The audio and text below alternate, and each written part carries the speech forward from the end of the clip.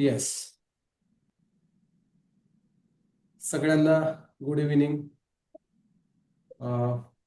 आज माझा परिचय करून देतोय.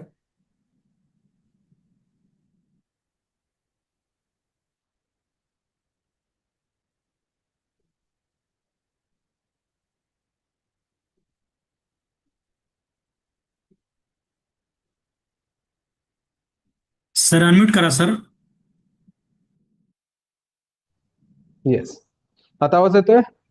येत असेल तर येस प्लीज मला रिस्पॉन्ड करा. Yes, very good. सुरुवातीला रॉयल फिटनेस फॅमिली म्हणजे वेलनेसला खूप मी हलक्यात घेत होतो. माझा विश्वास नव्हता की आपण याच्यातून काय तर अचीव करू शकू, याच्यामुळे खूप पॉझिटिव्ह रिझल्ट येतील. परंतु जसे रिझल्ट बघत गेलो लोकांना एस टेस्टच्या माध्यमातून, आणि हे खूप अमेझिंग काम आहे त्या ठिकाणी जाणवलं. आणि त्यावेळेस ठरवलं की आपण वेलनेस म्हणून काम करायचं. इम्प्रेशन आणि इंटेन्शन ह्या दोन गोष्टी जर प्रॉपर असेल तर आपल्याला खूप चांगले रिझल्ट येतात आणि लोकही रिस्पॉन्ड देतात. तर टू द पॉइंट आज मी बोलेन बॉडी फॅट अनालिसिस आणि आपलं जे कॅराडार स्कॅनरचं मशीन आहे ते वर्क कसं करतं आणि आलेले रिपोर्ट अनालाइज कसे केले जातात, ह्या दोन गोष्टीवरती आपण ह्या सेशन मध्ये आपण बोलणार आहोत. मी ऍक्च्युली हा पार्ट कॉम्प्लिकेटेड आहे, पण खूप सोप्या पद्धतीनं कसा तुम्हाला सांगता येईल याचा मी प्रयत्न करणार आहे. आणि तेवढ्याच सोप्या पद्धतीनं तुम्ही जर तो लोकांशी म्हणजे सांगितलं त्यांना समजून, तर आय थिंक म्हणजे क्लोजिंगचं जे मॅक्झिमम हे आहे ना, म्हणजे आत्मा म्हटलं तर मी body fat analysis report explain करणं याच्यासाठी देईन. तर हा रिपोर्ट एक्सप्लेन करत असताना याच्यामध्ये कुठले पॉइंट खूप महत्वाचे आहेत जे आपण एक्सप्लेन करत असताना ज्या व्यक्तीचा आपण बॉडी फॅट अनालाइज केलंय त्या व्यक्तीला आपण समजून सांगणं गरजेचं आहे. तर या सेशन मध्ये आपण सगळ्यांनी ते लक्ष देऊन ऐकायचं आहे. Each and every point explain कसा करायचा ह्या व्ह्यून मी तुमच्याशी चर्चा करणार आहे. मी तुम्हाला कोणत्या या ठिकाणी लेक्चर देणार नाही किंवा जास्त थेरॉटिकल सांगणार नाही. Practically what is important in that point या ठिकाणी राहील. तर येस, एक मिनिट.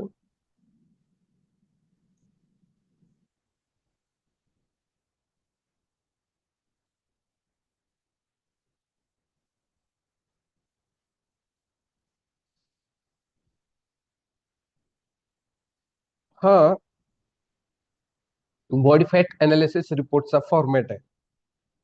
बॉडी फॅट अनालिसिस पहिल्यांदा हे समजून घ्या की फॅट अनालिसिस म्हणजे आपण काय करतोय की आपल्या शरीरामध्ये कोणत्या ठिकाणी फॅट डिपॉझिट झालंय त्याच्यावरती त्याचं क्लासिफिकेशन केलेलं असतं. म्हणजे तुमचं स्किन खाली आहे का, किंवा तुमचं इंटरनल ऑर्गन वरती आहे का.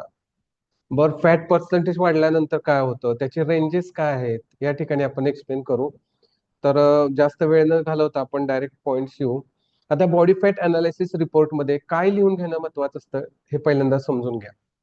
तर ज्या व्यक्तीचं बॉडी फॅट अनालिसिस करणार आहे त्या व्यक्तीचं नाव लिहिणं गरजेचं आहे. त्याच्यानंतर त्याचा मोबाईल नंबर लिहिणं गरजेचं आहे. आणि त्याच्यानंतर त्याची जन्मतारीख लिहिणं गरजेचं आहे. आणि बॉडी फॅट अनालिसिस हे 4 मेन पिलर्स वरती काम करतं. त्याचं वय किती आहे, त्याचं जेंडर काय आहे, त्याची हाईट किती आहे आणि त्याचं वेट किती आहे, हे 4 पॅरामीटर्स एकदा आपल्याला मिळाले की ते मशीन त्याच्यावरती कॅल्क्युलेशनची प्रोसेस करतं. आता हे जे कॅराडा स्कॅनर मशीन आहे, तर हे मशीन जे आहे ओमरॉन कंपनीनं डिझाईन केलेलं आहे. त्या मशीन विषयी थोडक्यात सांगतो.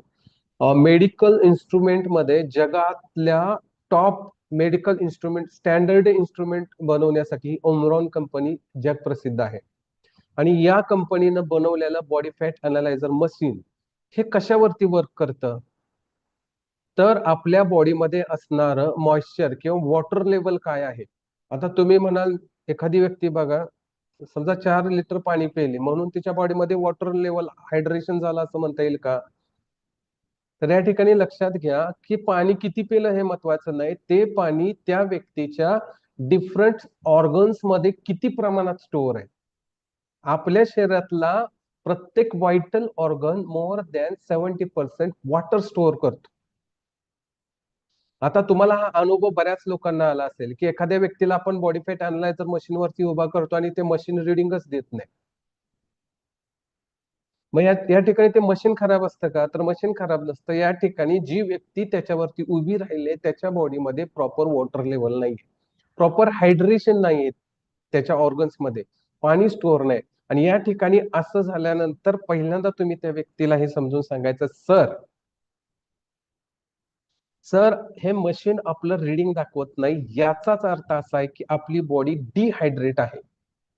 नॉर्मल फंक्शन करण्यासाठी जे तुमच्या किडनीला, लिव्हरला, हार्टला, लंग्सला, वेन्सला वॉटर लागतं, ते वॉटरचं प्रमाण कमी आहे, पाण्याचं प्रमाण कमी आहे. सर हे आपल्या बाबतीत खूप सिरियस आहे, तुम्ही याच्यात सुधारणा करणं फार गरजेचं आहे.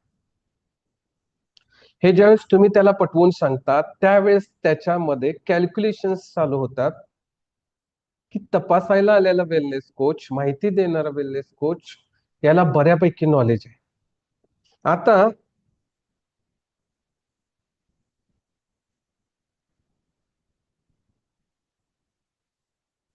येस सर, सर आपला व्हिडिओ ऑफ झालाय. 1 मिनिट.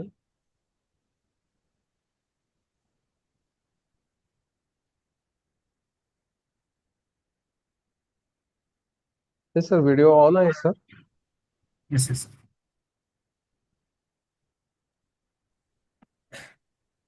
येस. तर या ठिकाणी पहिला मुद्दा लक्षात घ्या, मी काय सांगतोय ते आहे असं कॉपी पेस्ट केलं तरी तुम्हाला बॉडी अनालिसिस मध्ये खूप चांगले रिझल्ट ऐकायला मिळतील. सर तुमची बॉडी डिहायड्रेट आहे, तुमच्या बॉडीमध्ये सफिशियंट क्वांटिटीमध्ये वॉटर नाहीये आणि हे मशीन ते इंडिकेट करत आहे. So this is dangerous condition. एवढं त्याला सांगितल्यानंतर दुसरी स्टेप अशी असते, मग पर्याय काय, हे का बॉडी रिडिंग दाखवत नाही हे समजून घ्या. पाण्याचं प्रमाण, मॉइश्चरचं प्रमाण कमी असल्यामुळे इलेक्ट्रिक सर्किट पूर्ण होत नाही.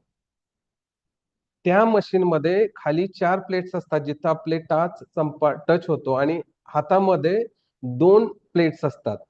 ह्या 6 इलेक्ट्रोड्स मध्ये जेव्हा सर्किट पूर्ण होतं त्यावेळेसच ते रिडिंग देत. ते रिडिंग देत नाही तर याला कारण असतं, एक तर तुमचं मशीन जास्त त्याच्यावरची डस्ट असेल आणि त्याच्यामुळे अडथळा होत असेल, किंवा दुसरं जी व्यक्ती डिहायड्रेट असल्यामुळे हाताची त्वचा, तळव्याची त्वचा ही ड्राय असते आणि त्याच्यामुळे ते इलेक्ट्रिक सर्किट पूर्ण करत नाही. मग अशा वेळेस आपण त्यांना काय सांगतो, सर हे पाणी घ्या, पाण्यानं हात व्यवस्थित धुवून घ्या, पायाचे तळवे धुवून घ्या आणि नॉर्मल पुसून या. आणि एकदा काय ते पुसून येऊन परत मशीनवर उभा राहिले की ते मशीन रिडिंग दाखवायला चालू करतं. सो ह्या एक्सप्रेशन मध्ये तुम्ही हे क्लिअर करता की हायड्रेशन लेवल खूप महत्वाचे आणि तुमच्या बाबतीत ती निगेटिव्ह दिसते सर. याच्यानंतर सेकंड स्टेप अशी असते की आपण हा रिपोर्ट एक्सप्लेन करत असताना आपल्याला कोणत्या महत्वाच्या गोष्टीची गरज असते, त्याची उंची करेक्ट माहित असणं गरजेचं असतं, कारण की ती रिपोर्ट मध्ये आपल्याला मेन्शन करावी लागते. आणि वेट तो वजन काट्यावरती म्हणजे मशीनवरती उभा राहिल्यानंतर आपल्याला वेट त्या ठिकाणी मिळत असतं. आता ही प्रोसेस केल्यानंतर सगळ्यात महत्वाची गोष्ट या ठिकाणी आहे, पायामध्ये त्याला सॉक्स नसले पाहिजेत, हे पहिल्यांदा समजून घ्या. बूट नसला पाहिजे, अनवाणी पायानं त्या मशीनवरती त्यानं उभा राहायचंय. उभा राहिल्यानंतर सगळ्यात महत्वाची स्टेप असते की त्यानं स्ट्रेट उभा राहायचंय, पुढे झुकून किंवा पाठीमागं झुकून असं नाही, एकदम स्ट्रेट व्हर्टिकल जमिनीला तो काटकोनात उभा पाहिजे. एकदा का त्याला तसं उभा राहायला सांगितल्यानंतर पहिल्यांदा एक्सप्लेन करून सांगा, कारण त्याला माहित नसतंय मशीन ऍक्च्युली काम कसं करतं. तर हे मशीन कसं आहे आणि हे हातामध्ये जे येणार आहे, डिस्प्ले येणार आहे, तो त्याच्यातून निघतो कसा, तुम्ही कसा पकडायचा आहे, तुमचा पायाचा पोर्शन हा प्लेट शिवाय इतर ठिकाणी नसला असला पाहिजे. आणि सगळ्यात महत्वाची गोष्ट, एकदा का तुम्ही उभा राहिला की तुम्ही शक्यतो बॉडीची मुवमेंट करू नका. या महत्वाच्या इन्स्ट्रक्शन देऊन त्यांना आपण त्या मशीनवरती उभं करायचंय.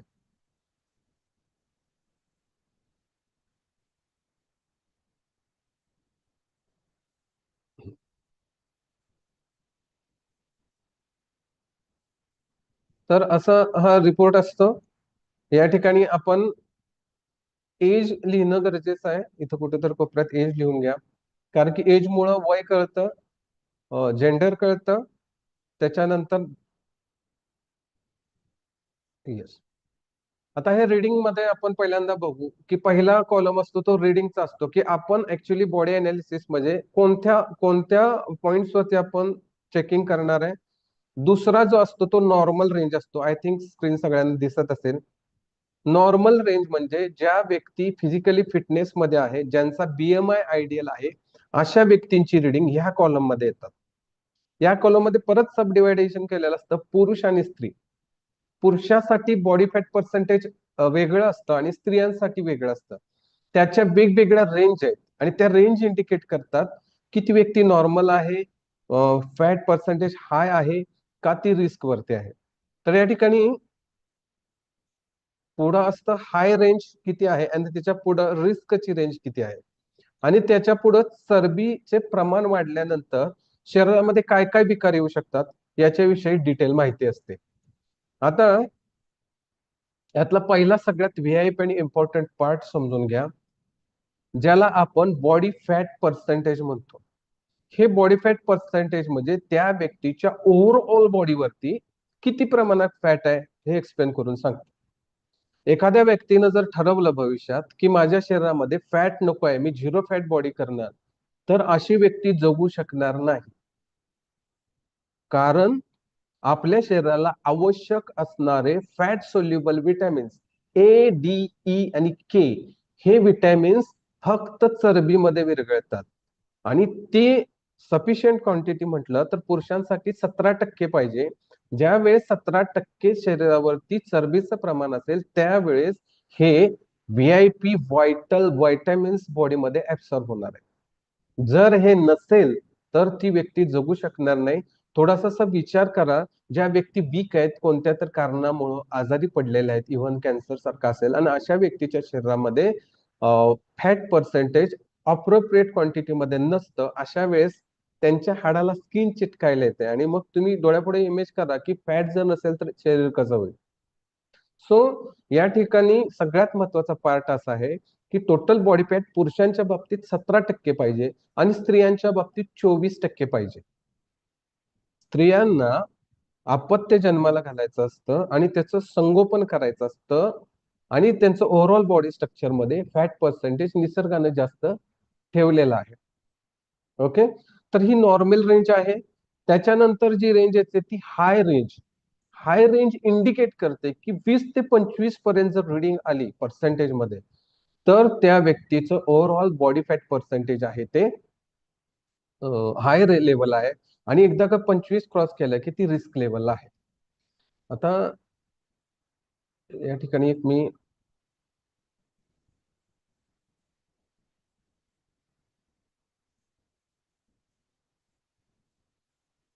PPT आपण एक्सप्लेन करू.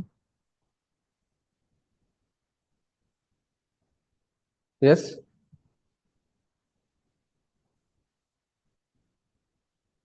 सर PPT शेअर झाले का आपल्याला?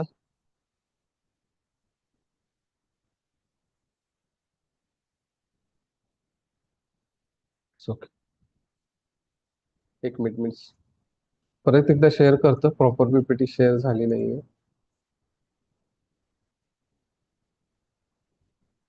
Yes, okay. आता body fat analysis report explain करत असताना तुमच्याकडे असणारा रिपोर्ट आणि ही इमेज तुम्ही समजून सांगितली पाहिजे त्यांना. अशा वेळेस आपल्याकडं एक चांगलं बुकलेट आणि बुकलेट मध्ये जर हे असेल तर तुम्ही एक्सप्लेन खूप सुंदर करू शकता. आता या ठिकाणी बघा 5 ते 9% बॉडी फॅट पर्सेंटेज पासून 40% पेक्षा जास्त बॉडी पर्सेंटेज असल्यानंतर शरीर कसं दिसतं या ठिकाणी दाखवलेलं आहे मी. तर जे पहिले 4 टाईप आहेत 1, 2, 3 आणि 4 आणि खालचे 4 टाईप आहेत. जोपर्यंत व्यक्तीची बॉडी वरच्या 4 टाईप मध्ये बॉडी फॅट पर्सेंटेज दाखवते तोपर्यंत ती व्यक्ती फिजिकली फिट आणि हेल्दी असते. एकदा का ती खालच्या 5व्या फोटो पर्यंत आली म्हणजे 25 पासून पुढे जसं शरीर जाईल तस तसं बॉडी रिस्क कंडिशनला जाते. आता या ठिकाणी बघा 5वा जो फोटो आहे तो इंडिकेट काय करतो की on an average normal healthy माणसाचं शरीर तसं असतं. 5 ते 9%, 10 ते 14% आणि 15 ते 19% याच्यामध्ये बॉडी एकदम मसल मास जास्त असतो आणि फिजिकली वेट असते. आणि जसं पुढे जाईल 30%च्या पुढं, 35%च्या पुढं आणि 40%च्या पुढे जाईल, त्यावेळेस ती ओबेसिटीचा क्लास 1, क्लास 2 आणि क्लास 3 मध्ये एंटर करते. आणि अशा वेळेस त्या व्यक्तीला हार्टशी रिलेटेड डिसीजेस, डायबेटीस किंवा थायरॉइड किंवा शरीरावरती दीर्घकाल परिणाम करणारे रोग जडलेले असतात. तर आपण त्यांना हे समजून सांगणं गरजेचं आहे बॉडी फॅट पर्सेंट सांगत असताना. आता सेम या ठिकाणी स्त्रियांचे बॉडी स्ट्रक्चर दाखवलंय 12% फॅट पर्सेंटेज पासून 45% फॅट पर्सेंटेज पर्यंत. आणि आयडियल फॅट पर्सेंटेज मी मगाशी तुम्हाला सांगितलं की 24% म्हणजे 25% पर्यंत बॉडी फॅट, म्हणजे 3 नंबरचं जे चित्र आहे ते फिजिकली फिटनेस मध्ये असणाऱ्या व्यक्तीचं आहे. आता हे ज्यावेळेस आपण एक्सप्लेन करतो त्यांना बॉडी फॅट अनालिसिस करताना विथ पिक्चर, त्यावेळेस तो स्वतःला कम्पेअर करतो आणि आपण नेमकं कुठं आहे हे त्याला त्या ठिकाणी समजत असतं. आता या ठिकाणी बघा, ही इमेज काय इंडिकेट करते की एक नॉर्मल व्यक्तीचं असणारं बॉडी स्ट्रक्चर आणि ओबेस किंवा फॅट असणाऱ्या बॉडीचं म्हणजे व्यक्ती कशी दिसते या ठिकाणी एक्सप्लेन करते. तुम्ही त्यावेळेस त्याला एक्सप्लेन करून सांगणं गरजेचं आहे की सर आपलं रिडिंग आहे ते हाय मध्ये आहे, आपल्याला अजून वेळ आहे, आपण रिव्हर्स येऊ शकता, किंवा रिस्क मध्ये असल्यानंतर तुम्ही फोकसफुली म्हणजे ट्रेस देऊन ही गोष्ट त्याला समजून सांगितली पाहिजे. सर आपलं बॉडी फॅट पर्सेंटेज हे 25% पेक्षा जास्त आहे आणि आता आपल्याला वेळ नाहीये किंवा आपल्याला आता चान्स नाहीये, ऍज अर्ली ऍज पॉसिबल तुम्ही रिस्क मधून हाय मध्ये येणे, हाय मधून नॉर्मल मध्ये येणं खूप गरजेचं आहे. तर या ठिकाणी बघा की एखादी व्यक्ती ओबेस होते त्यावेळेस त्याच्या शरीरावरती फक्त चरबी वाढते आणि त्याचं वजन वाढलेलं असतं. पण एक बारकाईने एक गोष्ट या ठिकाणी ठेवा की जे निसर्गानं दिलेलं स्केलेटन स्ट्रक्चर आहे, हाडांचे जे डायमीटर आहे, त्याचा जो आकार आहे, वजन वाढल्यामुळे त्याचा आकार वाढत नाही आणि तो न वाढल्यामुळं बॉडीवरती त्याचा ओव्हर ट्रेस येतो. आणि विचार करा की या ठिकाणी आपण आणखी एक गोष्ट त्यांना एक्सप्लेन करून सांगतो की सर ही जर चरबी तुमची जास्त प्रमाणात वाढली तर त्याचा दुष्परिणाम शरीरावरती होतो. म्हणजे पोट पुढं आलं की त्याचा बॅलन्स ठेवण्यासाठी मणक्यावरती लोड येतो. अशा वेळेस त्याचा तुमचा पाठीचा कणा दुखणं हे चालू होतं. त्याच्यानंतर हृदय, फुफ्फुस आणि याच्यावरती त्याचा प्रेशर आल्यामुळं तुम्हाला चालताना दम लागतो. आता तुम्ही हे जे बोलत असताना त्याला सांगत असताना तो रिअलाइज करतो की खरंच माझ्या बाबतीत असं घडतंय का, मला चालताना दम लागतोय का, धाप लागते का, माझ्या टाचा दुखतायत का, माझे गुडघे दुखतायत का.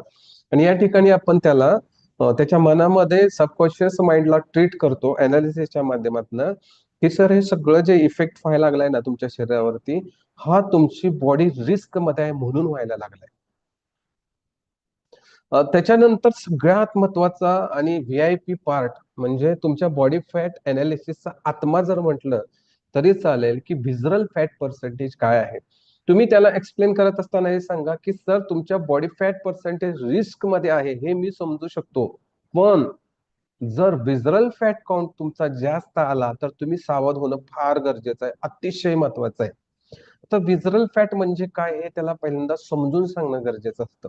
आपण इंग्लिशमध्ये जर सांगितलं की सर व्हिजरल फॅट जास्त आहे त्याला काही कळणार नाही, परंतु त्यांना हे सांगणं गरजेचं आहे की सर आपल्या शरीरामध्ये ज्या ज्या ठिकाणी व्हायटल ऑर्गन्स आहे, अति महत्वाचे अवयव आहेत, जे अवयव तुमच्या त्वचेच्या खाली आणि एक स्नायूंचा पडदा असतो त्या पडद्याच्या आतमध्ये आहेत.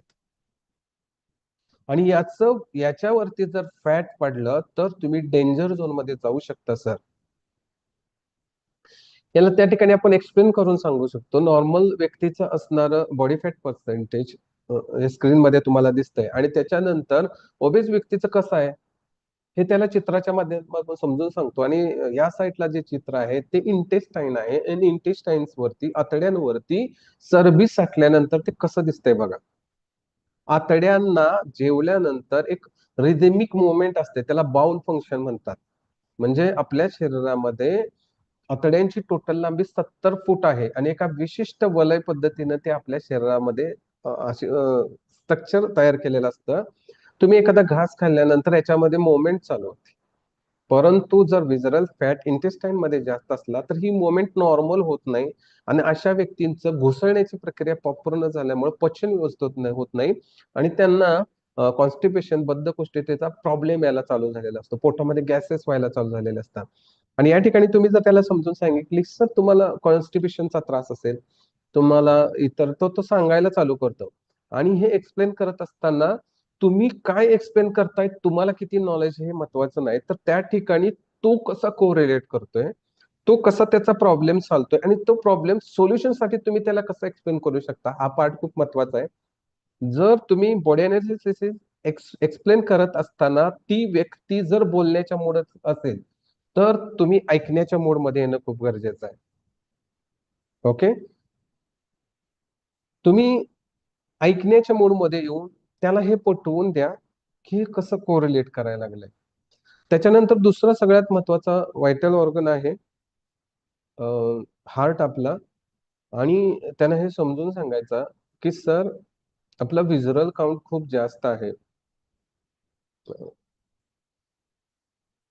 आपला विजरल फॅट काउंट खूप जास्त आहे आणि याला केमिकल फॅट असं म्हटलं जातं, जे सहजासहजी बॉडीतून बाहेर निघत नाही. ते जर व्यवस्थित बॉडीतून बाहेर निघावं असं आपल्याला जर वाटत असेल, तर सर त्याला विशिष्ट पद्धतीनं एका गायडन्स खाली कोचच्या प्रॉपर 90 डेज फॉलो केलं तरच याच्यामध्ये बेटर रिझल्ट मिळतो, अन्यथा मिळत नाही. या ठिकाणी आपण पिक्चरच्या माध्यमातून समजून सांगतो सर, या ठिकाणी एक हेल्दी हार्ट आहे जे गुलाबी रंगाचा आहे आणि खूप मजबूत वाटतंय, त्याच ठिकाणी अनहेल्दी किंवा विजरल फॅट काउंट जास्त असणारं फॅट तुमच्या शरीराला किती घातक आहे या ठिकाणी आपण समजून घ्या. तुमचं वजन वाढलेलं आहे म्हणून हृदयाची साईज वाढलेली नाही आणि ते पूर्णपणे त्या फॅटमुळं आखडून गेलेलं आहे.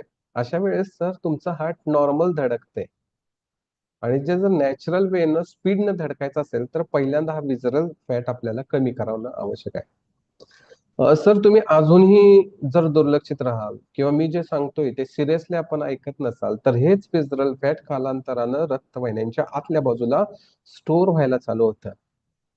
सर तुम्हाला जर मी आज 100 मीटर पळा म्हणून सांगितलं तर तुम्हाला धाप लागते. धाप का लागते समजून घ्या. एक तर तुमच्या हृदयावरती विजरल फॅट काउंट जास्त आहे आणि त्याच्यानंतर रक्तवाहिन्यांच्या आतल्या बाजूला हे फॅट डिपॉझिट झालेलं आहे आणि त्याचं डायमीटर कमी झालेलं आहे. आणि कमी जागेतून सफिशियंट क्वांटिटीमध्ये ब्लड फ्लो व्यवस्थित न झाल्यामुळं तुमच्या प्रत्येक पेशीला ऑक्सिजन कमी मिळतोय म्हणून तुम्हाला धाप लागते सर. सर तुम्हाला या ठिकाणी एक महत्वाची गोष्ट लक्षात ठेवा की तुम्ही जे मेडिसिन घेताय ते मेडिसिन हे फॅट कमी करू शकत नाही आणि म्हणून हा रिपोर्ट तुम्ही काळजीपूर्वक समजून घ्या. आणि तुम्ही याच्यातून जर दुर्लक्षित करत राहिला, अजून जर तुम्ही याच्याकडे जर लक्ष देत नसाल, तर कालांतरानं हे फॅट म्हणजे वेन्सच्या आतमध्ये खूप प्रमाणात साठेल आणि एक वेळ अशी येईल की ते पूर्णपणे चोकअप होईल.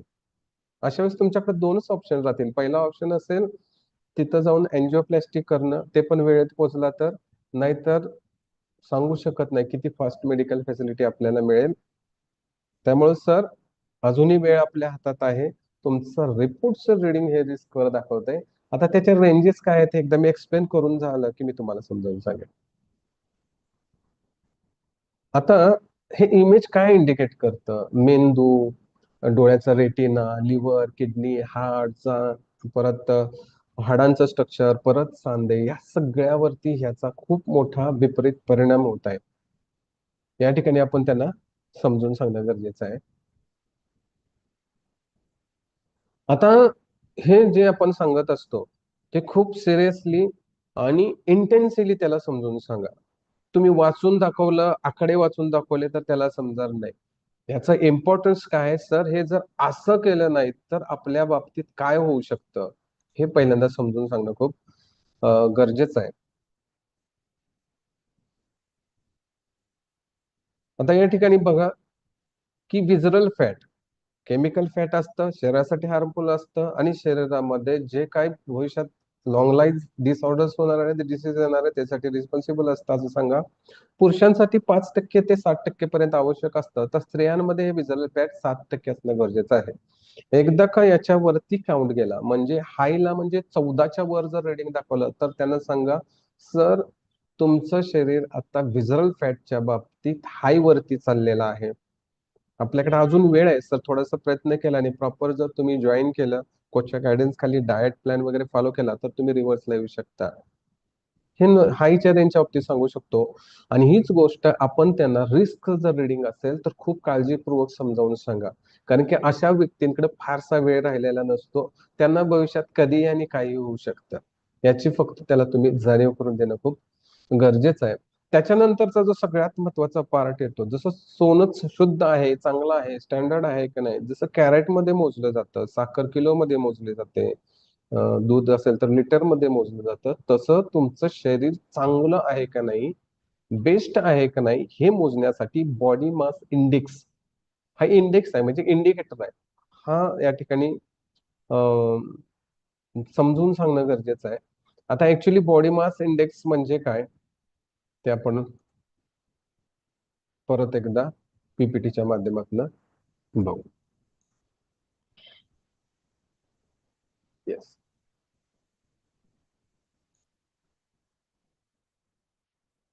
ही बीएम आहे, बॉडी मास इंडेक्स म्हणजे एक स्केल आहे, जसं पट्टी असते तसं. तर हे स्केल काय इंडिकेट करतं की 16 पासून 18.5 पर्यंत, म्हणजे नॉर्मल रेंज 18.5 ते 25 पर्यंत असते. ज्या व्यक्तीची आयडियल रेंज 18.5 ते 25च्या मध्ये येईल, इव्हन 17 पर्यंत जरी असली, तर अशा व्यक्तीला जर तुम्ही मशीनवर उभा केला तर त्याचं पूर्ण सगळे रिडिंग नॉर्मल मध्ये येतात. ओके. आता शरीर जसं जाड असणं तसं घातक आहे, तसंच ते म्हणजे अति वीक असणं पण घातक आहे. आता याच्यामध्ये बघा क्लासिफिकेशन असं असतं की नॉर्मल पासून खाली आलं की माइल्ड थिकनेस, म्हणजे काय की ती व्यक्ती खराब व्हायला लागली, म्हणजे जे वेट गेनचे जे केसेस असतात आपल्याकडे, त्यांचं बॉडी मास इंडेक्स खाली आलेला असतो. पण 17 ते 18.5% मध्ये असल्यानंतर ते जस्ट सुरुवात झालेली आहे. 16 ते 17% पर्यंत जर खाली आला ते, तर त्यांना सांगायचं की सर तुमची बॉडी वीक व्हायला लागली. आणि 16 म्हणजे फक्त अंगावरती हाडच राहिलं, स्किन दिसत असते. तर या ठिकाणी 17च्या वरती म्हणजे 17च्या वरती आहे, तर अशा व्यक्तीला आपण प्रॉपर वेट गेन साठी गाईड करणं गरजेचं असतं. आणि आता दुसरा जो प्रकार आहे की ओव्हरवेट होणं, 25 ते 30% पर्यंत जर त्याचं बॉडी मास इंडेक्स आला, तर ते इंडिकेशन असतं की तुमचं शरीर खराब व्हायला लागलंय. पण इथं फक्त जाणीव होते की थोडंसं मी जाणवायला लागलंय. परंतु 35-30च्या पुढं, परत 35 ते 40च्या पुढं रेंजमध्ये आणि 40च्या वर, इथं मात्र त्यांना समजून सांगणं खूप गरजेचं आहे. 30 ते 35 सर हे तुम्हाला इंडिकेटर आहे पहिला. 35 ते 40 मध्ये तर तुम्ही इंडिकेटर क्रॉस केलाय सर, तुम्हाला कसल्याही परिस्थितीत बॉडी मास इंडेक्स नॉर्मलवर रेंजला आणणं गरजेचं आहे. आणि जर तो ओव्हरवेट असेल, ओबेसिटीचा क्लास 3 असेल, तर त्याला पाठीमागे आणणं खूप अवघड असतं, खूप प्रयत्नाची पराकाष्ठा करावी लागते.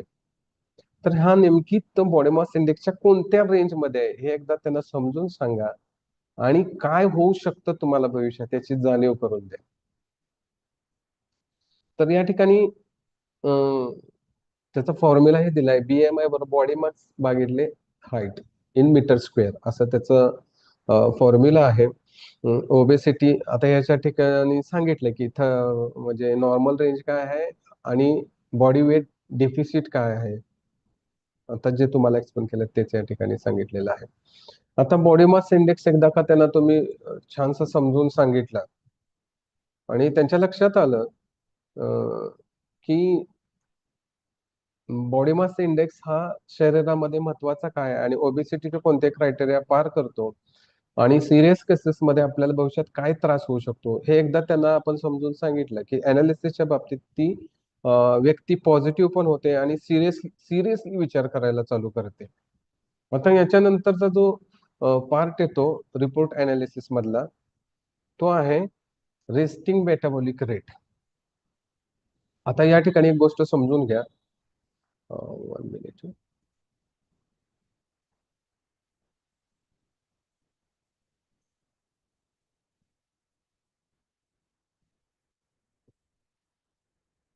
येस, एक कोच म्हणून तुम्हाला ही गोष्ट माहित असणं गरजेचं आहे की आरएमआर म्हणजे काय, रेस्टिंग मेटाबॉलिझम रेट म्हणजे काय, आणि बीएमआर म्हणजे काय. आपलं मशीन आरएमआर चं रिडिंग दाखवतं, पण बीएमआर चं रिडिंग का दाखवू शकत नाही, कारण ते झोपेत का आपण मशीनवर कसं उभा करणार त्यांना. ओके, त्यातला बेसिक साधा सोप्या भाषेतला डिफरन्स समजून घ्या. मेटाबॉलिक रेट म्हणजे पिठाची गिरण असं उदाहरणार्थ घ्या, आपण त्याच्यामध्ये गहू टाकतो, त्याच्यामध्ये समजा आपण जोंधळे टाकले, त्याच्यानंतर डाळी टाकल्या, तर जी क्रसिंगची जी प्रोसेस आहे त्याच्यामध्ये थोडाफार बदल होत असतो. जी क्रसिंगची प्रोसेस आहे याला साध्या भाषेत आपण मेटाबॉलिक रेट असं आपण समजू. तर RMR काय करतो, काय इंडिकेट करतो, की आपण आता मी चेअरवरती बसलोय आणि माझ्या कोणतंही हेवी वर्क चालू नाही. मोस्ट ऑफ माझी बॉडी रेस्ट वरती आहे.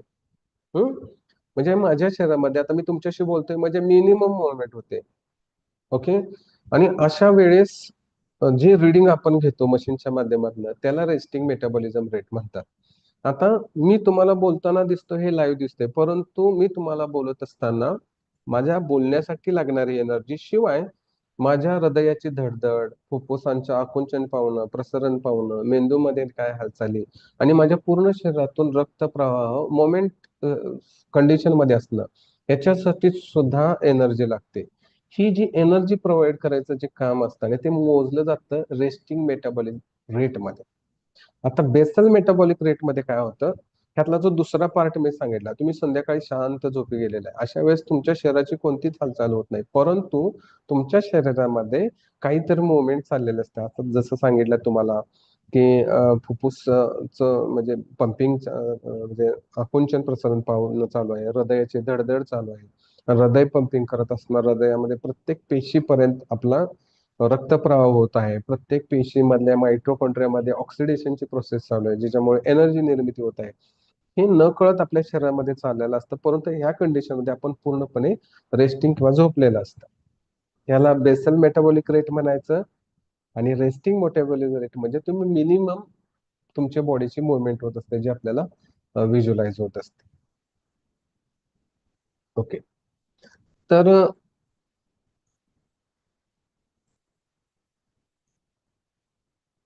या ठिकाणी बघा, आता रेस्टिंग मेटाबॉलिझम रेट सांगतो आपण त्यांना.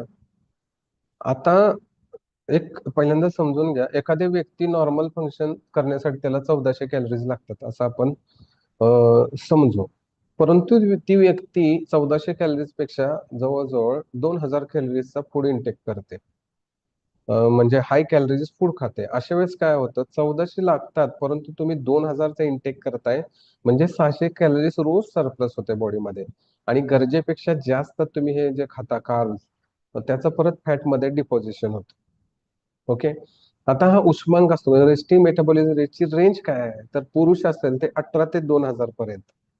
आता याच्यामध्ये परत सब रेंज आहेत, 1800 ते 1900 आणि ते त्यातलं जे एक्सप्रेशन आहे म्हणजे तुमचा अंदाजे 2 किलो वजन कमी होईल, 4 किलो वजन कमी होईल, 6 किलो वजन कमी होईल, हे या ठिकाणी असतं. ते कोच तुम्हाला जास्त डिटेलमध्ये सांगेल, त्याच्यामध्ये मी जाणार नाही.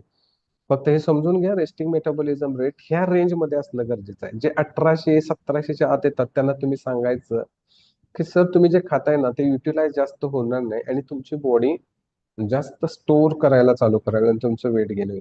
आता काय होतं माहितीये का, ओबीज व्यक्तींच्या बाबतीत एक गोष्ट मी इथं ऑब्झर्व केली गेल्या 4 वर्षामध्ये, ज्यांची रिडिंग इथं रिस्कला असतात का नाही, रिस्कला, मग तो कसं होतं, तुम्ही त्याला या ठिकाणी सांगता की बॉडी फॅट पर्सेंटेज खूप आहे आणि त्याला सावध करतात, त्यावेळेस तो मग कुठं तर म्हणजे सावध होतो किंवा त्याला भीती वाटत, अरे माझं एवढं बॉडी फॅट पर्सेंटेज आहे का. तुम्ही विजरल फॅटचे परत त्यांना धोके समजून सांगतात, त्या ठिकाणी ती व्यक्ती परत जास्त सिरियस होते, म्हणजे थोडीशी नर्वस झाल्यासारखी असते. BMI सांगतात त्या ठिकाणी नर्वस होते. पण अशा व्यक्तींच्या बाबतीत एक गोष्ट ऑब्झर्व करायला मिळते की यांचं रेस्टिंग मेटाबॉलिझम रेट काही काही वेळेस खूप चांगला असतो. त्यावेळेस त्याला आपण समजून सांगतो की सर तुम्ही काही काळजी करू नका, तुमचे वरचे तिन्ही रिडिंग जरी रिस्कवर असले ना तरी तुमचा रेस्टिंग मेटाबॉलिझम रेट खूप छान आहे, 1800च्या वर आहे सर, 1950 आहे सर, 2000 आहे. आणि तुम्हाला या ठिकाणी ना मी बॉन्ड पेपरवर लिहून देतो, तुमचा रेस्टिंग मेटाबॉलिझम रेट आहे, म्हणजे क्रशिंग करण्याची कॅपॅसिटी चांगली आहे, एनर्जी युटिलाइज करण्याची कॅपॅसिटी चांगली आहे. आणि सर गॅरंटेड जर तुम्ही सिस्टम फॉलो केली, तुम्ही 90 days weight loss programme proper join केला आणि मी जे जे डाएट प्लॅन मध्ये सांगतो ते सगळं जर तुम्ही अवलंबलं, तर गॅरंटेड सांगतो की सर कमी कालावधीमध्ये तुमचा वेट लॉस खूप चांगला होणार आहे. सेम केस आपण स्त्रियांच्या बाबतीत हे त्या ठिकाणी आपण त्यांना समजून सांगतो आणि या ठिकाणी तुम्ही जर व्यवस्थित त्यांना समजून सांगू शकला तर, आणि या ठिकाणी मी सांगतो की आपण रेस्टिंग मेटाबॉलिझम रेटला एक रीडिंग म्हणून बघतो, पण रेस्टिंग मेटाबॉलिझम रीडिंग मधून न बघता एक इंडिकेटर म्हणून बघू शकतो आपण त्याला, की तुम्हाला तो किती चांगला रिस्पॉन्स देऊ शकतो.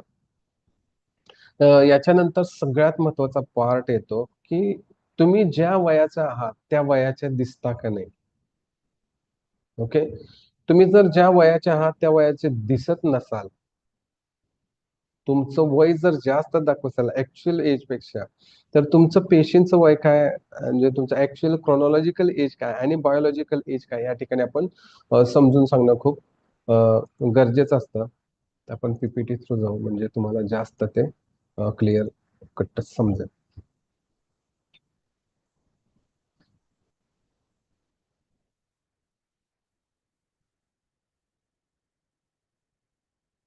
ओके, आता क्रोनॉलॉजिकल एज आणि बायोलॉजिकल एज म्हणजे तुम्ही ज्या वयाचा आहात त्या वयाचं दिसता का, आणि जे ओबेज व्यक्ती असतात ते त्या वयाची दिसत नाहीत, जास्त वय झाल्यासारखं दिसतात. ऍक्च्युली हे एज आहे तुमचं बायोलॉजिकल एज आणि क्रोनॉलॉजिकल एज, हे त्यांना समजून सांगणं आपण खूप गरजेचं असतं. आता 40 इयर म्हणजे क्रोनॉलॉजिकल एज म्हणजे काय, ऍक्च्युअल एज म्हणजे जन्मतारखेनुसार जर एखाद्याच्या 80 जन्मतारखे असतील 46 वय, जर मशीननं जर वय तुमचं 46 दाखवलं तर समजायचं की तुमची बॉडी ओके मध्ये आहे. पण तुम्ही जर 40 वर्षाचा असताना तुमचं शरीर जर वय दाखवतंय 65 वर्षे, 60 वर्षे, 70 वर्षे, अशा वेळेस आपण त्यांना सावध करणं गरजेचं आहे की सर, भारतातली सरासरी आयुर्मान ही 65 वर्षाची समजली जाते. तुम्ही या ठिकाणी एक माझं म्हणणं समजून घ्या. 65 वर्ष समजली जाते. तुम्ही आज 40 जर जर मशीन तुमचं वय 65 दाखवत असेल तर तुम्ही सावध होणं खूप गरजेचं आहे. या ठिकाणी बघा, रिंकल्स आलेले असतात, निस्तेजपणा आलेला असतो. तुम्ही त्याला ते दाखवा प्रत्यक्षात. सर, तुम्ही स्वतःला अनुभवा, कोरिलेट करा. आता हा पार्ट खूप महत्वाचा आहे. म्हणजे शरीराचं वय, पेशीचं वय काय आहे आणि तुमचं ऍक्च्युअल वय काय हे समजून सांगत असताना हे त्याला समजून सांगणं गरजेचं खूप आहे. ज्याच्यावरती लुईस इग्नारो सरांनी रिसर्च केला आणि त्याला नोबेल प्राइज मिळालं. इतके जबरदस्त म्हणतात की नाही प्रॉडक्ट तयार केलं. आता ह्याचं कोरिलेशन इथं कसं येतं ते पहिल्यांदा समजून घ्या. त्याचं जर मशीनवरचं एज म्हणजे प्रत्यक्षात असणाऱ्या वयापेक्षा जास्त आलं, म्हणजे किती जास्त आलंय सर तुमचं, तर आपण त्याला सांगू, जर तो 40 वर्षाचा असेल आणि 55 वर्ष दाखवत असेल तर हे चित्र त्यांना आपण दाखवा. त्या ठिकाणी सांगा, सर या ठिकाणी बघा 50 इयर्स म्हणजे तुम्ही ज्यावेळेस 20 वर्षाचा होता, 30 वर्षाचा होता, तोपर्यंत तुमच्या बॉडीमध्ये नायट्रिक ऑक्साईड लेवल 80 ते 100% दरम्यान होती. आता काय झालंय की तुम्ही वेळेच्या आधीच म्हातारा व्हायला लागलाय, त्याच्यामुळे त्याचा परिणाम तुमच्या रक्तवाहिन्यांवरती होत आहे. आणि 50 प्लस तुमचं एज दाखवत आहे सर, याचा अर्थ नायट्रिक ऑक्साईड लेवल अप्रॉक्सिमेटली 35% शरीराला आता मिळतंय. आणि नायट्रिक ऑक्साईड मध्ये एल अर्जिनाइन नावाचं, म्हणजे नायट्रिक ऑक्साईड का गरजेचं आहे शरीराला, तर रक्तवाहिन्यांची इलॅस्टिसिटी मेंटेन ठेवणं, आकुंचन प्रसरण पावण्यासाठी त्याला व्यवस्थित फ्लेक्झिबल ठेवणं, याच्यासाठी नायट्रिक ऑक्साईड खूप महत्वाचं काम करत असतं. परंतु तुम्ही वयापेक्षा जास्त वय रिडिंग दाखवल्यामुळं स्टिफनेस आणि कॅल्शियम बिल्डअप तुमच्या रक्तवाहिन्यामध्ये चालू होण्याची शक्यता आहे. सर, तुम्हाला पळताना दम लागतोय, धाप लागतोय, याचाच अर्थ तुमची रक्तवाहिनी हार्ड व्हायला लागली. आणि हे मी सांगत नाही, मशीनचं रिडिंग सांगते तुमचं एज दाखवून. तुम्ही अजून दुर्लक्षित राहिला तर नेक्स्ट हे 60च्या वरती गेल्यानंतर 15% पेक्षा कमी नायट्रिक ऑक्साईड लेवल आल्यानंतर या ठिकाणी सिव्हिअर स्टेज होऊन ब्लॉकेजेस होण्याची जास्त शक्यता असते सर. सो तुम्ही ज्या वयाचा आहे त्या वयामध्ये दिसणं गरजेचं आहे. त्याच्यासाठी तुमचं जे आता आपण एक्सप्लेन करतोय टॉप टू बॉटम पर्यंत इथपर्यंत आलं, ह्यातली प्रत्येक गोष्ट महत्वाची आहे. ॲज अर्ली ॲज तुमची बॉडीचा BMI आहे तो आयडियल रेंज मध्ये येणं गरजेचं आहे सर. त्याच्यानंतर जो पार्ट राहतो तो आहे सबक्युटेनियस फॅट. मी थोडं समराईज करतो तुम्हाला. आय थिंक मी ज्या स्टेजनं सांगतोय ते तुमच्या ब्रेनमध्ये रिप्रेझेंट होत आहे. पहिलं टोटल बॉडी फॅट विषयी मी तुम्हाला डिटेलमध्ये सांगितलं, त्याच्यानंतर विजरल फॅट विषयी डिटेल सांगितलं. आपल्या रिपोर्टचा सगळ्यात महत्वाचा आत्मा आहे विजरल फॅट, आणि ते कसं एक्सप्लेन करायचं तेही सांगितलं. बॉडी मास इंडेक्स म्हणजे काय सांगितलं, त्याच्यानंतर रेस्टिंग मेटाबॉलिझम रेट म्हणजे काय सांगितलं, त्याच्यानंतर बॉडी एज एक्सप्लेन केलं, आणि त्याच्यानंतर सगळ्यात महत्वाचा पार्ट आता जो आहे तर सबक्युटेनियस फॅट म्हणजे काय. तुम्ही चिमटीमध्ये धरल्यानंतर जो पोर्शन तुमच्या हातामध्ये येतो त्याला सबक्युटेनियस फॅट म्हणतात. स्किनच्या खाली लगत जे फॅट स्टोअर होतं, मग स्किनच्या खाली आणि त्याच्या आतमध्ये असणाऱ्या स्नायूंच्या पडद्याच्या वर जे काय स्टोअर होतं त्याला सबक्युटेनियस फॅट म्हणतात. सबक्युटेनियस फॅट जर शरीरामध्ये अति प्रमाणात असेल तर माणसाला अटॅक येईल का? आता या ठिकाणी बघा, हे सुमो पैलवान आहेत, 200-250 किलो वजनाचे असतात. पण कधी ऐकलंय का हो सुमो पैलवान अटॅकनं मेला? त्यांच्या बाबतीत असं का होत नाही? आणि कित्येक अशी लोक आहेत की त्यांचं वेट अजिबात जास्त नाही, दिसायला नॉर्मल असतात तरी अटॅकनं मारतात. असं का? या ठिकाणी सबक्युटेनियस फॅट बॉडीमध्ये जास्त असताना सुद्धा हेल्दी कसे काय? तर हे समजून घ्या आणि त्यांनाही समजून सांगा. सबक्युटेनियस फॅट जर तुमच्या पोटावरती वाढलं, कमी करता येतं, फार रिस्क घेण्याचं काम नाही, होऊ शकतं सर. परंतु विजरल फॅट काउंट जर जास्त आला तर अति रिस्क मध्ये बॉडी, एवढं समजावून सांगायचं. तर या ठिकाणी आता काय करतो, सबक्युटेनियस फॅट साठतं कुठं, त्याचा बॉडीवरती कुठं कुठं आपल्याला बघायला मिळतं? तर सबक्युटेनियस फॅट हे आपल्याला आर्म वरती बघायला मिळतं. पहिल्या चित्रामध्ये दाखवलं, या ठिकाणी बघून घ्या. त्याच्यानंतर ते ट्रंक वरती बघायला मिळतं आणि त्याच्यानंतर थाईज वरती बघायला मिळतं. आपला जो रिपोर्ट आहे तो या ठिकाणचं एक्सप्लेनेशन देत असतो की तुमच्या बॉडीमध्ये आर्म वरती फॅट पर्सेंटेज किती आहे, स्टमक वरती फॅट म्हणजे ट्रंक वरती फॅट पर्सेंटेज किती आहे आणि त्याच्यामध्ये लेग्स वरती किती आहे. आता लेग्स म्हणजे लेग शब्द घेऊ नका, थाईज वरती, पायाच्या पिंजऱ्यावरती वरती तिथला काउंट देतो तो. आणि आर्म वरती जे आहे ते पूर्ण हात आणि दंडामध्ये एखाद्या व्यक्तीला जर तुम्ही हात असा करायला लावला आणि जर या ठिकाणी जर ते खाली फॅट लोंबकळत असेल तर त्याचे रिडिंग जास्त येतं. तर या ठिकाणी जो सेकंड हाफ पोर्शन आहे बॉडी फॅट अनालिसिस मधला, तो थोडासा समजून सांगतो. ओके, आता बघा, ह्या रिपोर्टमध्ये सबक्युटेनियस फॅट, त्वचेखालची चरबी, 3 पार्ट मध्ये डिवाइड केलेले आहे, ट्रंक, आर्म आणि लेग, आणि त्याच्या पुढे फॅट पर्सेंटेज म्हटलेला आहे. म्हणजे हा पूर्ण इथून इथपर्यंतचा पोर्शन, आणि सेम खाली त्याच्यामध्ये स्केलेटन मसल्स विचारले दाखवले, म्हणजे शरीरातील स्नायूंचे प्रमाण. आपल्याला एखाद्या व्यक्तीला हेल्दी करताना काय करायचं असते, तर त्याच्या बॉडीवरचं फॅट पर्सेंटेज कमी आणायचं असते आयडियल ऑप्टिमम लेवल पर्यंत, आणि मसल पर्सेंटेज गेन करायचं असते. आता वजन ही कन्सेप्ट पहिल्यांदा डोक्यातनं काढून टाका. म्हणजे कशासाठी मी सांगतोय तुम्हाला, एखादी व्यक्ती 100 किलोची आहे पण त्याच्या शरीरावरती मसल्सचं प्रमाण 100 किलो आहे, फॅटचं प्रमाण आयडियल वरती आहे, म्हणून त्याचं वजन जास्त आहे म्हणून अनहेल्दी नाही. त्या अनहेल्दीपणामध्ये पर्सेंटेज कशा जास्त आहे हा पार्ट खूप महत्वाचा आहे. आपली बॉडी वेट कशाचा इंडिकेट करते हे पहिल्यांदा त्या ठिकाणी समजून सांगा त्यांना. आपल्या बॉडीमध्ये स्नायूंचं म्हणजे मांसाचं वजन असतं, हाडांचं वजन असतं, आता जे ऑर्गन मध्ये स्टोअर झालेलं पाण्याचं वजन असतं, आणि फॅटचं वजन असतं. एखादी व्यक्ती फक्त जिम करते, वजन उचलून येते, अशा वेळेस काय होतं, बॉडीतलं फॅट तिथंच राहतं आणि मसल्स वरती भयानक ट्रेस आल्यामुळं आणि चांगला सकस संतुलित आहार किंवा न्यूट्रिशन प्रॉपर नसल्यामुळं त्यांचे मसल लॉस व्हायला चालू होतात. आणि जीवाचा आटापिटा करून सुद्धा जिम मध्ये किती पण व्यायाम करून त्यांचं वजन फार तर 3 ते 4 किलो कमी होतं.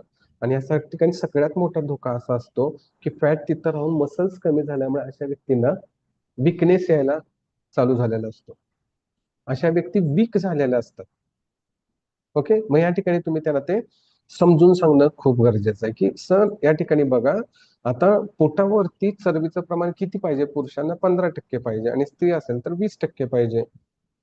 साइड बाय साइड त्याच वेळेस कम्पॅरेटिव्हली स्नायूंचं प्रमाण ट्रंक वरती जास्त पाहिजे, ते 30% पाहिजे. एक्झॅक्टली ट्रंक वरती फॅटच्या प्रमाणाच्या दुप्पट म्हणजे स्नायूंचं प्रमाण 30% पर्यंत पाहिजे. मग आता ही रिडिंग मध्ये काय होतं, सुरुवातीच्या काळात वरच्या पोर्शन मधले रिडिंग जास्त आलेले असतात आणि स्नायूंचं प्रमाण कमी असतं. आता हे रिडिंग जर कमी असेल तर बॉडीमध्ये चेंजेस काय होतात ते पहिल्यांदा समजून घ्या. अशी व्यक्ती एका ठिकाणी जास्त वेळ बसून उठली की पायामध्ये मुंग्या येतात, अचानक उठून उभं राहिले तर चक्कर आल्यासारखं होतं त्यांना, किंवा बॅलन्स सापडत नाही, पाय सुंद होतात. मग आपण त्यावेळेस म्हणतो, जेव्हा रिडिंग कमी येतात म्हणतो सर तुम्ही एका ठिकाणी बसून राहिला म्हणजे तुमच्या पायामध्ये मुंग्या येतात का कधी, तर ते सांगतात हो सर येतात, मला बऱ्याच वेळा तसं होतं एका ठिकाणी बसून उठले की. त्यावेळेस सांगायचं सर हे मसल पर्सेंटेज कमी असल्यामुळे तसं होतंय. जसं जसं तुमचं मसल पर्सेंटेज वाढेल ना त्याच्यानंतर हा त्रास तुम्हाला कमी झालेला जाणवेल. सेम केस आपण त्यांना लेग्सच्या बाबतीत समजून सांगतो, आर्मच्या बाबतीत समजून सांगतो. आणि एकदा का हे त्यांना समजून सांगितलं की मग हा रिपोर्ट तुम्हाला बरं कसं करणार आहे, आम्ही तुम्हाला हेल्प कसं करणार आहे, वर्कआउटचं महत्व काय तुम्हाला समजलं का हे समजून सांगतो. तुम्ही सकस संतुलित आहार घेणार आहात त्याचं महत्व काय हे समजून सांगतो. तुम्ही फक्त आमच्या बरोबर व्यायाम केला आणि आहार जर नाही घेतला, न्यूट्रिशन बॅलन्स फॉर्मॅटमध्ये नाही घेतले, तर तुम्हाला विकनेस येईल, तर तुम्हाला व्यायाम होणार नाही. आणि तुम्ही जर यातून स्किप व्हायचा जर विचार करत असाल तर गॅरंटेड सांगतो, जी लिडिंग रिस्क आहेत आणि तुमच्या बाबतीत जे धोके निर्माण होणार आहेत ते 100% तुमच्या बाबतीत होणारच आहेत. आज ना उद्या याला तुम्हाला सामोरं जायचंय सर. आयुष्यातले 3 महिने प्रॉपर देणं आणि 30 वर्ष वाढवून घेणं खूप सोपं आहे. एका दवाखान्याची पायरी चढून आयुष्यभराचं ते अडू होणं हे सोपं आहे. तुम्ही या ठिकाणी समजून घ्या सर. असं ज्यावेळेस आपण त्यांना सांगतो, त्यांचं ऐकून घेत असतो आणि हा रिपोर्ट एकदा प्रॉपर वेने एक्सप्लेन करून सांगतो.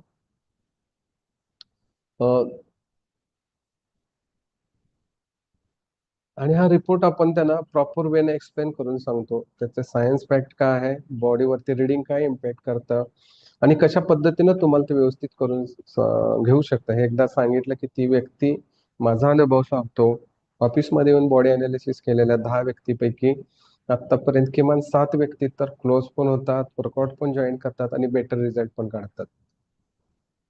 त्यामुळं बॉडी अनालिसिस करणं हा एक हलक्यात घेऊ नका. पाठीवरती मशीन टाकलंय, तिथं नेऊन त्याला उभा केलाय आणि त्याला आकडे वाचून दाखवलं तर त्याचा काहीही उपयोग होणार नाही.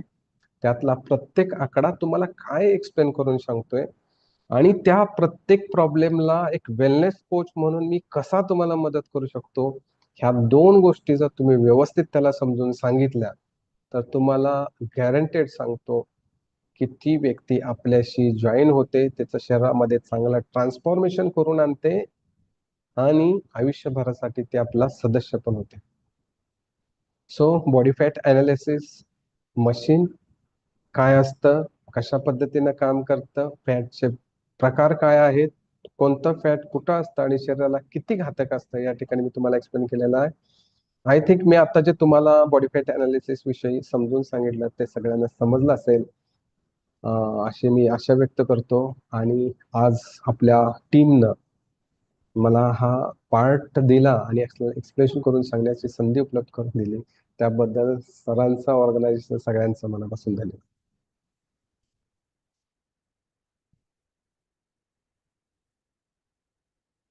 खूप खूप धन्यवाद सर. खूप योग्य प्रकारे अगदी तंतोतंत अगदी सरळ साध्या सोप्या भाषेमध्ये त्या प्रत्येक कोचेस पर्यंत तुमचा जो प्रयत्न होता बॉडी अनालिसिस मशीन बद्दल माहिती सांगणे, त्याचबरोबर रिपोर्ट एक्सप्लेन करणे, आपल्या गेस्टला वेळेत क्लोज करणे आणि त्यांना असणाऱ्या डिसऑर्डर विषयी त्यांना समजावून सांगणे, याच्या बाबतीत खूप तंतोतंत अशी माहिती दिलेली आहे सर. याचा नक्कीच आपल्या रॉयल फिटनेस फॅमिली मधल्या सर्व कोचेस यांना फायदा होणार आहे आणि त्यांची ग्रोथ 100% एक दिवस ते यशाच्या शिखरावर असणार आहेत. हा विश्वास, हा दृढ संकल्प आम्ही मनी धरलेला आहे आणि हा विश्वास आहे. या सर, धन्यवाद सर, खूप खूप धन्यवाद.